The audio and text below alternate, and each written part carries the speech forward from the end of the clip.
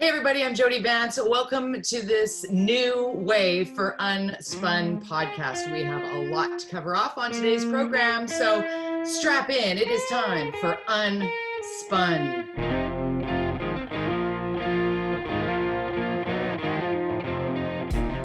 All right, he's been in media, radio specifically since he was, well, frankly, too young to drive. And he has a career that, well, the story reads a little bit like an epic novel, to be honest. Most recently, he's been dominating the airwaves on his late-night national program. It was called The Shift with Drex, but recently, shocking many, stepped away, left course radio at the top of his game, and keeping a closely guarded secret as to where he will land next.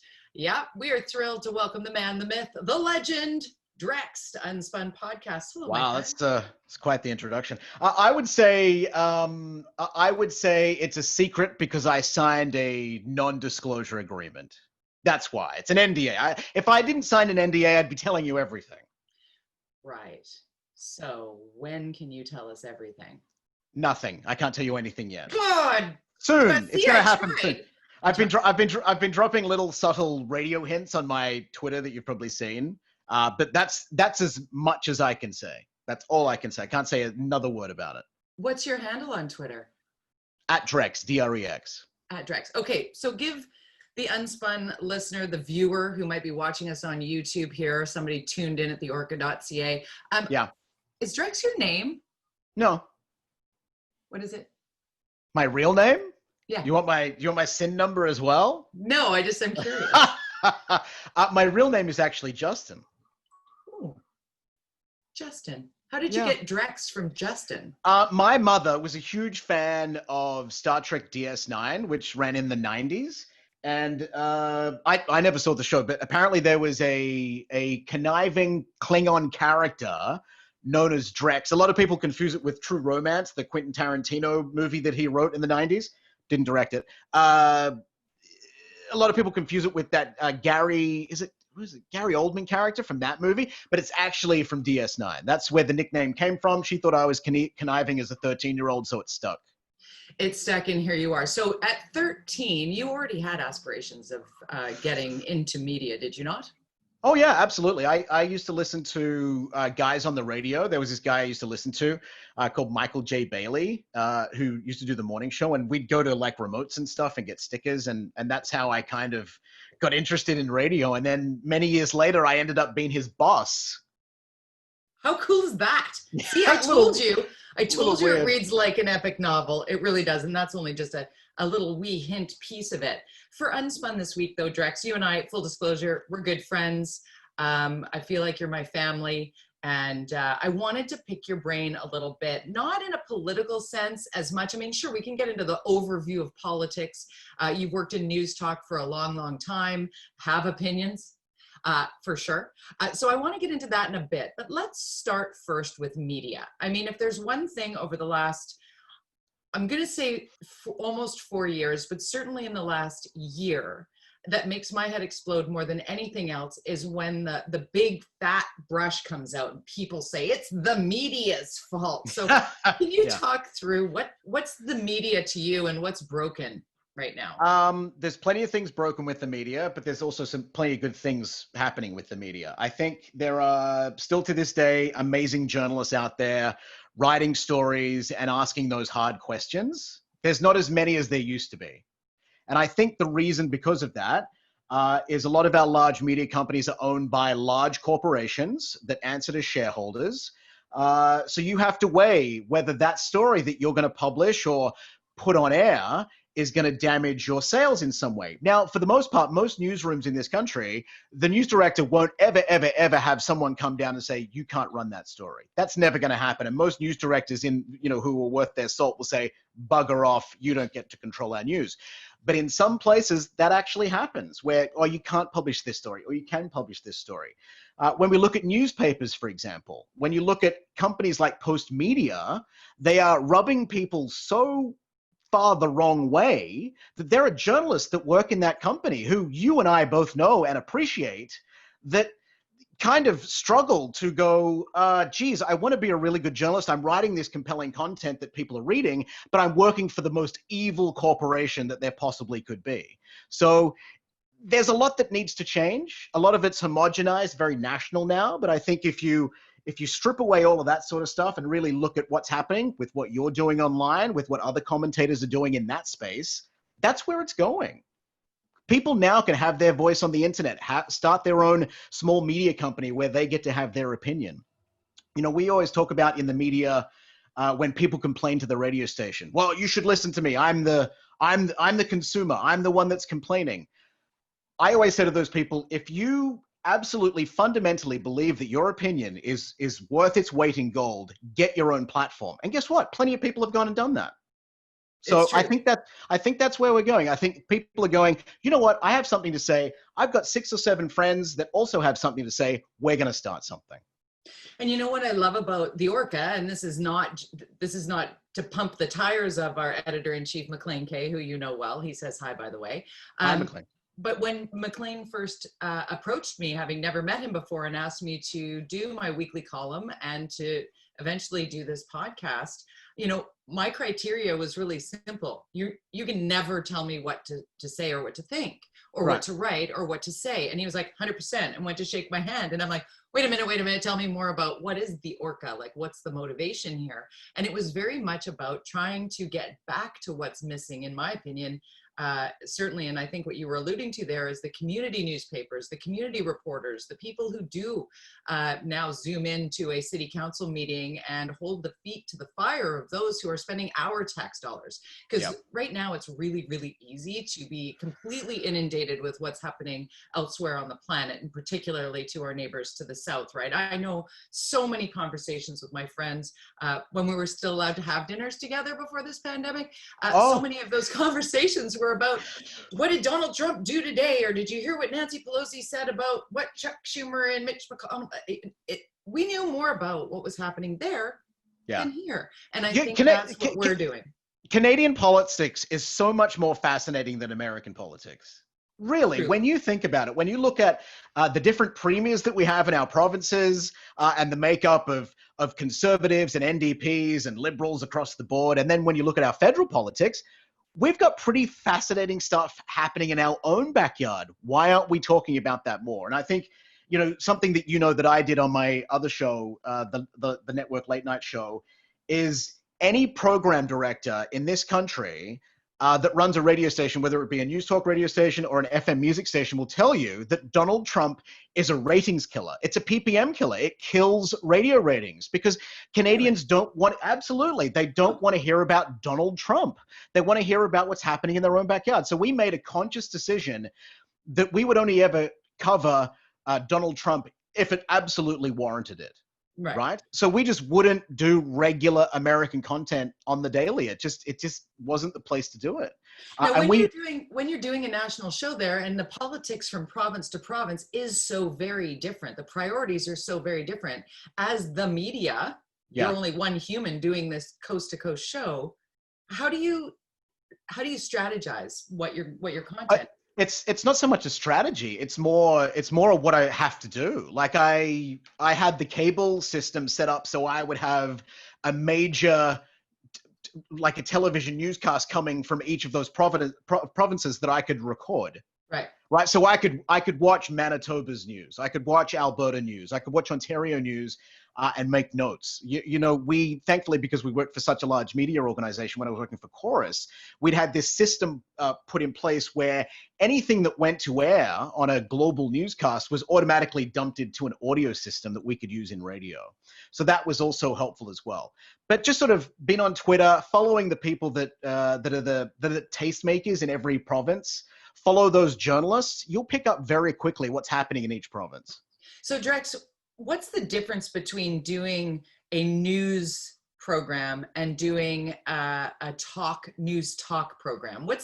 How does it vary? Because we see that thrown around a lot. I know you and I have both gotten the trolly comments of, how dare you have an opinion like that? You're a journalist.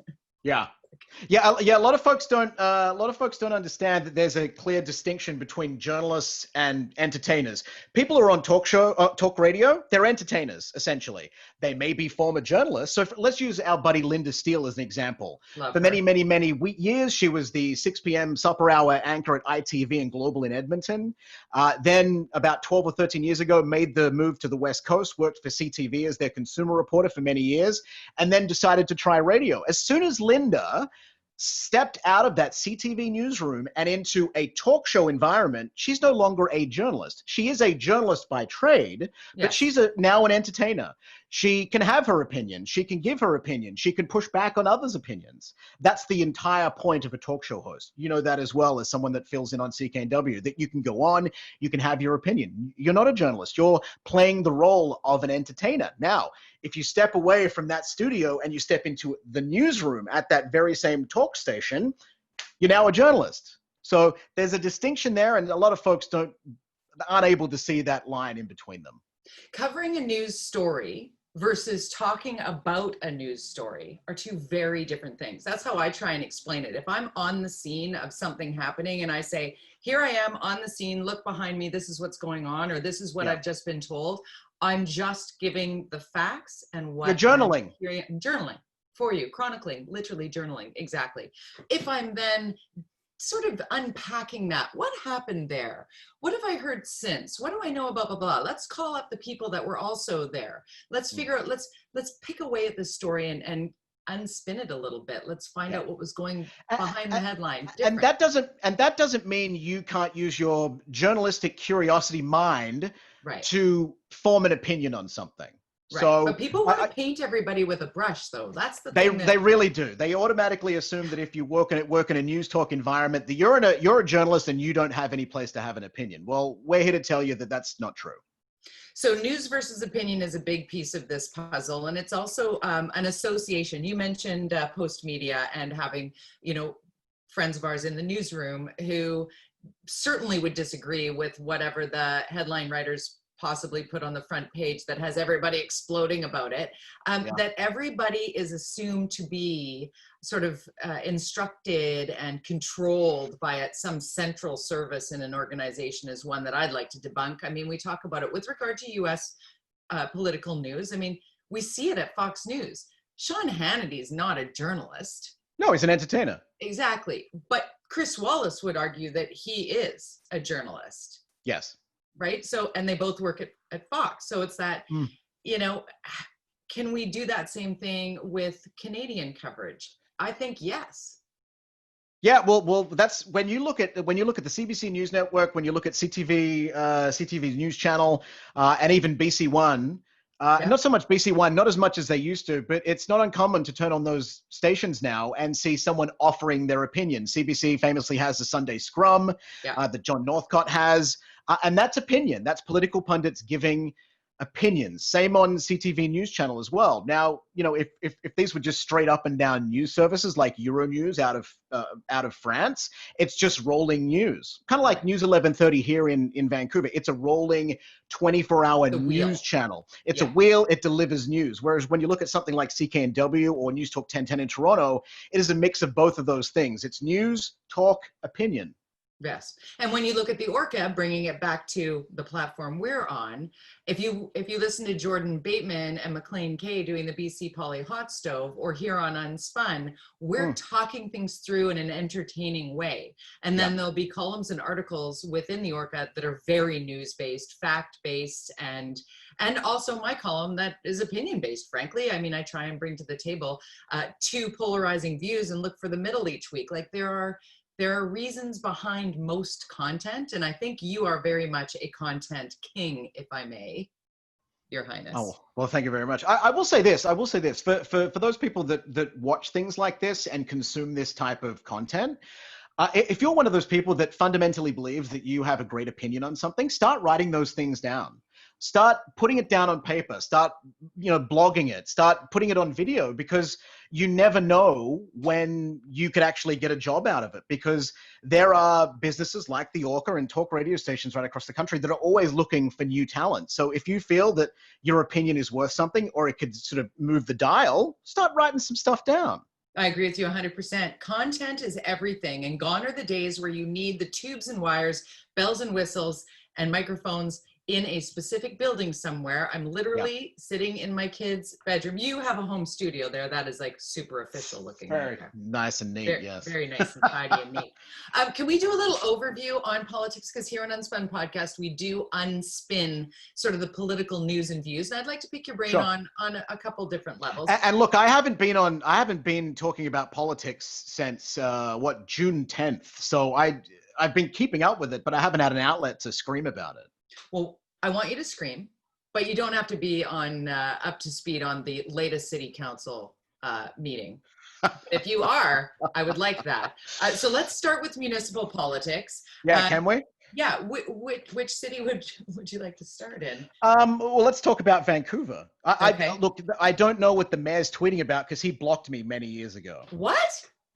So when Kennedy-Stewart, who's now currently the mayor of Vancouver, when he ran federally, on election night, Catherine Orca, who was the assigned journalist from Global, was sent to his headquarters, right? And I was on air. I was doing my local 6 to 10 show in NW.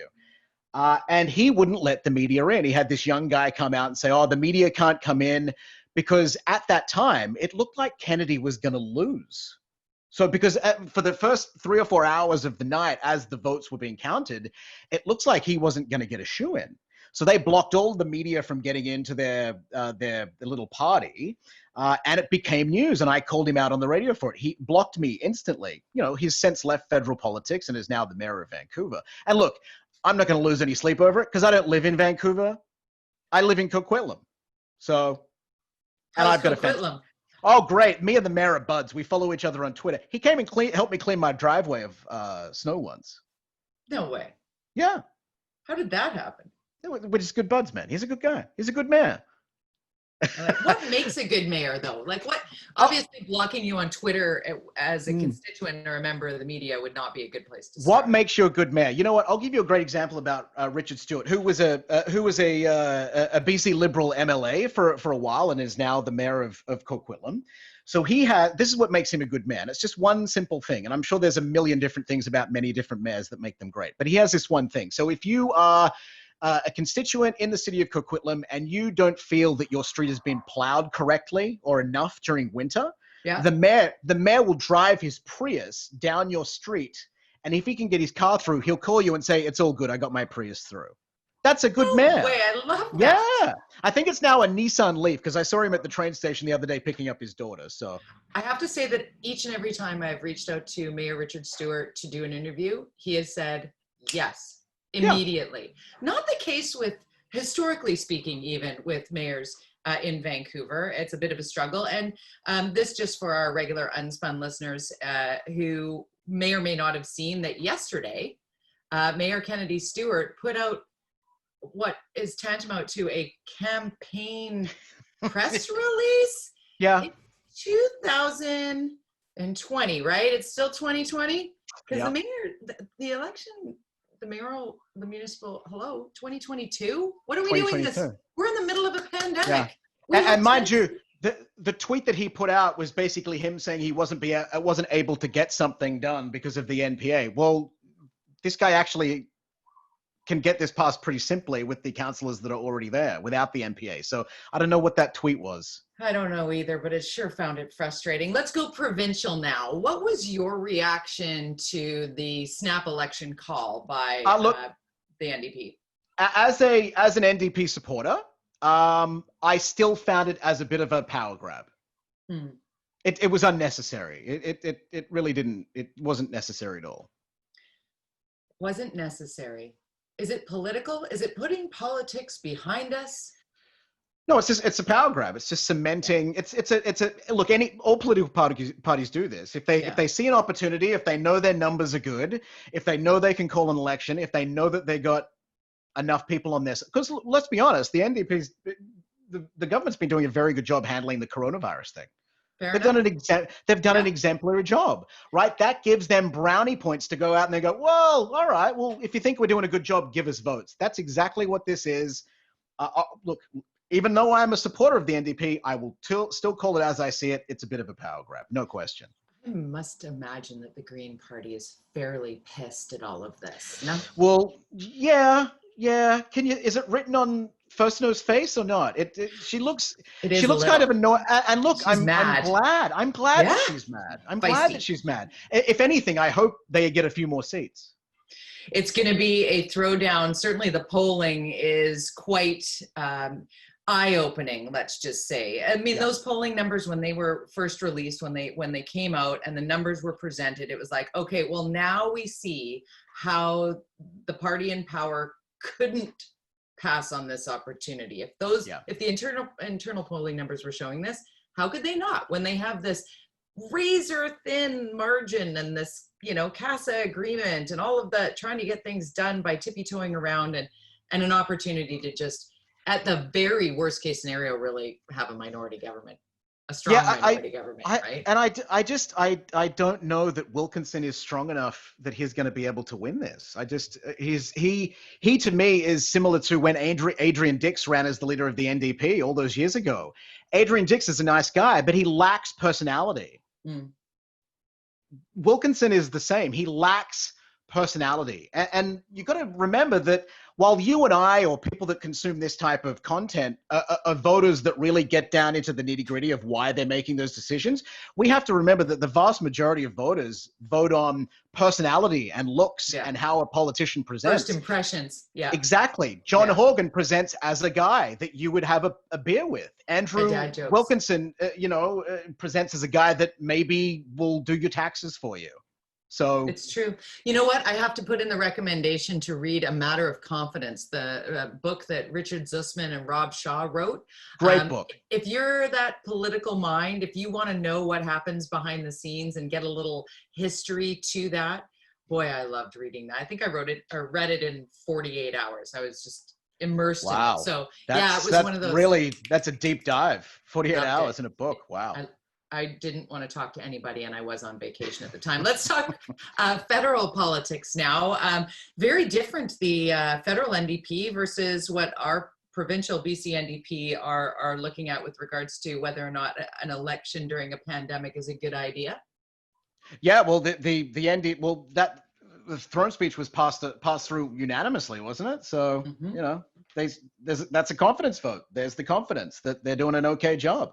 I don't think that there was any sort of risk of them being told that there was no confidence. But there were people on the heels of the Wheeze scandal, the SNC-Lavalin scandal, the blackface issues, and through all of that, I think from a voter's perspective, again, as you said, for those who don't do the deep dive into politics, they're looking around and going, how are we doing versus everybody else on the planet in this pandemic? And the answer is pretty good.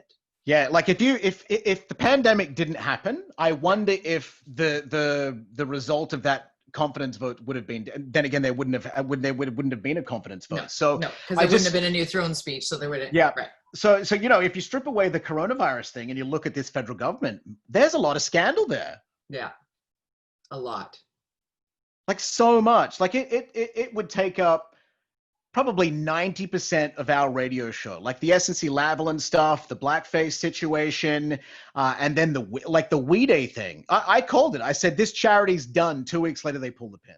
Yeah. So you do have a good perspective on such things. I love how you have that sort of untethered, I don't really give a shit who says what in this building about me saying this on the radio. So I've always respected that in you. Yeah, I think, look, I know that my mother always said to me, if you don't have anything nice to say, don't say anything. So it's obvious that I ignored her because it pays me money to say the bad thing. Well, and it's not so much, it's not so much wanting to say the bad thing or having the need to say the bad thing. No. It's just that there are people out there that won't say the bad thing. And sometimes a politician needs to be told that they're full of S. Yes. Yes. And a lot of people won't do that. I'm the person who's going to go, I would do it to their face. You are full of S. Right. Sometimes people just need to hear that because there's no one out there doing that. Everyone's all been very nice because they want to make sure they get an interview. They don't want to, can I give you an example? Our colleague Neetu Gacha, who works over at Global, on television got the chance to interview John Horgan, and she didn't pull any punches. No. He wasn't answering the questions, and she as a journalist went, no, these are the questions I'm asking you. This is what I'm looking for. That's what we need. We need more of that on television. I want to see more of that, where journalists are actually holding politicians accountable. Because right now in this current COVID thing, where we have this 15-minute window of opportunity to ask questions of politicians on a phone and you get a follow-up, it's quick and you're out of there. There's no, I want more of that. And what you just said about Neetu's interview with BC NDP leader John Horgan, he was definitely managing the clock. He knew exactly how long that interview was going to be, and he knew whatever she asked of him, he could spin it into the answer he wanted to put forward. And she kept saying, that's not what I was asking you. Mr. Horgan, I'm going to need you to actually answer my question. And I thought she did it in an extraordinarily professional fashion. I wish there was more Neetu Garcha in the Chris Wallaces of the world. A quick thought on what we saw in the first US presidential debate. What Dana Bash said. It's a shit show. It was. Is what she said. Jake Tapper, I wrote this down because I can never remember it. Jake Tapper described it as a hot mess inside a dumpster fire inside a train wreck. Right. Yeah, I think he summarized that quite nicely. Can they fix it? Can they fix the format? They're talking about fixing the format because we got 2 more of these to go. How do you fix it? How do you fix it? Do you mute the president's microphone? Do you mute Joe Biden when the other person's talking? I don't think that'll help, because I think what Trump was actually doing was trying to, because Joe Biden has admitted to having a stutter issue. So he needs to keep highly focused on what he is saying next, because he has gotten the stutter under control. But what Trump was doing was kept trying to needle, rattle, loud, talk, throw the focus. So the stutter would come into play. It did work. So I don't know. Do you remember the quiz show where you put the contestants in the soundproof bubble and you silence them? I think that's the future of presidential debates in the United States. Yeah. Well, that's the thing is, can you believe, like, it's funny because you hear a lot of seniors talk about how ridiculous millennials are and how millennials don't know what's going on, or they don't have their what together. But then here we are watching 2 70-year-old men bicker like kindergarten children on international television. That's embarrassing. It was super embarrassing. It was what Dana Bash said. It was. Yeah, I have no idea how they're going to change, because there's still a couple of more debates. I would imagine the vice presidential debates between Harris and Pence are probably going to be a lot more modest. Decorum will be present. I can't wait for that. Right? Because, he's a robot and she's a bit of a robot herself. And they're all very, here's your talking point, stick to it. So she's a litigator though, man. She is. She can come at it. Yeah. Well, he's a lawyer too though, right? Yeah. They're both lawyers. More, I don't know. Yeah, it's going to be fascinating to watch. We'll all tune in for sure. I'm interested. Speaking of debates and everything, I know that there's going to be a provincial. Do we know who's hosting the provincial? Are we flying in someone from Toronto, or are we going to get a Vancouver television anchor to host it this time? Oh, I would hope it's a Vancouver. Because we always fly in Berkey. Berkey always fly, and I love Berkey, but bugger off, you don't live here anymore. Yeah. Get Chris Galis to do it. Get Scott Roberts from Jill Crop or. Perfect person to do it. Or Mike Colleen. Excellent too. Choose. It should be a different television station. Handsome man thing. Get him back on the TV hosting the debate. I'd like to see that. I just as much as I love Berkey, she doesn't have a dog in the fight. I think it needs to be someone who lives here and knows the issues. I agree with you. Hey, speaking of living here, I've just got to hit my column this week. You know what I'm talking about here because you were actually on my patio. You were the first person to visit my new setup for fall winter. We've got our wonderful tent on our patio. So I wrote my column this week because that tweaked me. What about people who don't have outdoor space? How do we tell people to stay sane when it's dark, cold, and rainy, and there's no place for them to gather safely outdoors? So I put the call out. I think our friend Laura Balance should have her expertise put into play on the government dime to rent some of those idle event tents, put them up in parks and public places. You can read about all of this in my middle. I could imagine how wonderful would it be to be able to have a beer in a beer garden at Kitts Beach. In the middle of winter, Rent Sure. a space like they did with Kit's Pool. They magnificently managed Kit's Pool this year. Lines of where your bubble would be. You stay within your space. Yeah. Employ hospitality workers who have been laid off for months to come in and do what they do best outside. There's so many great innovative things happening because businesses are going, well, I can sit back and watch my business basically erode itself away and I have nothing. Or I can go, all right, I got to think out of the box here. What do I need to do to make sure that my business is going to remain afloat? And taking care of the citizens. And taking care of the citizens, yeah. The people are the important. Can you believe it? That's 30 minutes. Our time's up. Is it really? Oh, can we do this again? This is fun. Oh, well, now you're in trouble. Now you're booked. Mental note. Book. Oh, hang on. What pencil is that? What pencil you got there? This is just a Papermate Classic, unfortunately. That's okay. Pencil and paper guy. I have a Tombow Mono Homograph 100 today 2B, which is my favorite pencil. You can probably see from my bookshelf over here that I have a lot of bit of a pencil problem. I actually have an Instagram account. Yes. Pencil and paper guy. Paper and pencil guy. Paper and pencil guy. Look at all those. Look at all these. I got so many of them. Like you can never have. Oh, here's a cool one that I got recently. So there's a company out of Stockton, California called Blackwing that you probably know about. They do limited edition pencils. You gave me one. I did. I've given you a couple, but this one just recently came out. This is the 19th Amendment pencil from the US. Oh yeah. Which has 19 stars. Oh and that shows you that this pencil commemorates when women were given the right to vote in the US. I need that pencil. That's what I've got one of these. I'll give it to you. But it's a really, because purple and yellow was the color of the suffrage movement, right? Yes. So yeah, it's a really cool pencil. So yeah. See the things we learned from Drex. We'll look forward to having you back on UnSpun Podcast, my friend. Anytime. Having you on the patio as well. Thank you. And then you just whisper in my ear where you're going next. See ya.